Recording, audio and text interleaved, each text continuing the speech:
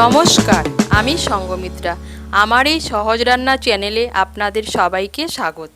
আজ আমি রান্না করছি শীতের সবজি আর বড়ি দিয়ে পাতলা মাছের ঝোল। আপনারা খুব সহজেই বাড়িতে বানিয়ে নিতে পারেন এই মাছের ঝোল।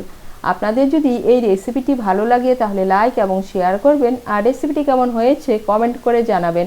আরও নতুন নতুন রেসিপি পাওয়ার জন্য চ্যানেলটিকে সাবস্ক্রাইব করে পাশে থাকবেন। ধন্যবাদ।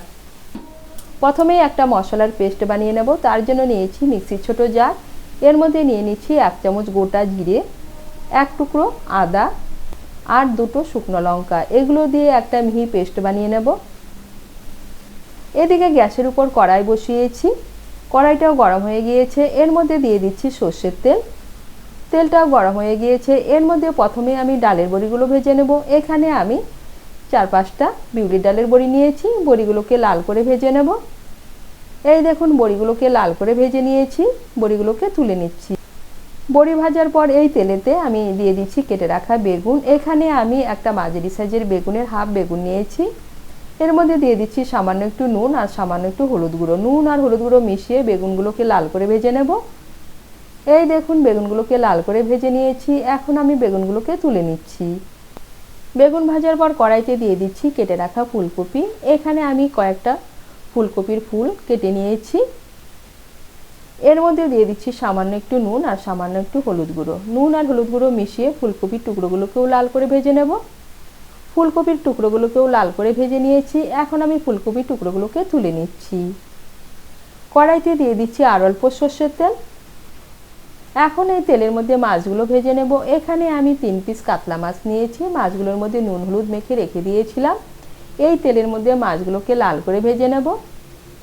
এই দেখুন মাছের পিসগুলোকে লাল করে ভেজে নিয়েছি। এখন আমি মাছের পিসগুলোকে তুলে নিচ্ছি।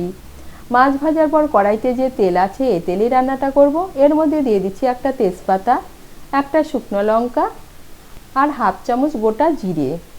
ফোড়নটা দিয়ে একটু নাড়াচাড়া করে নিয়ে এর মধ্যে দিয়ে দিচ্ছি কেটে রাখা আলু আর শিম। এখানে আমি একটা মাঝারি সাইজের আলু আর 5-6টা শিম কেটে নিয়েছি। গ্যাসের আঁচটাকে মিডিয়াম করে আলু আর শিম ভেজে নেব। গ্যাসের আঁচটাকে মিডিয়াম করে আলু আর শিম ভেজে নিয়েছি। এখন এর মধ্যে দিয়ে দিচ্ছি একটা মাঝারি সাইজের টমেটো, দিয়ে দিচ্ছি আমি যে মশলার পেস্টটা বানিয়ে নিয়েছি সেই মশলার পেস্ট। ভালো করে মিশিয়ে নেব। ভালো করে মিশিয়ে নিয়েছি। এখন এর মধ্যে দিয়ে দিচ্ছি 1 চামচ হলুদ গুঁড়ো আর স্বাদ মতো নুন। ভালো করে মিশিয়ে মশলাটাকে ভালো করে কষিয়ে নেব।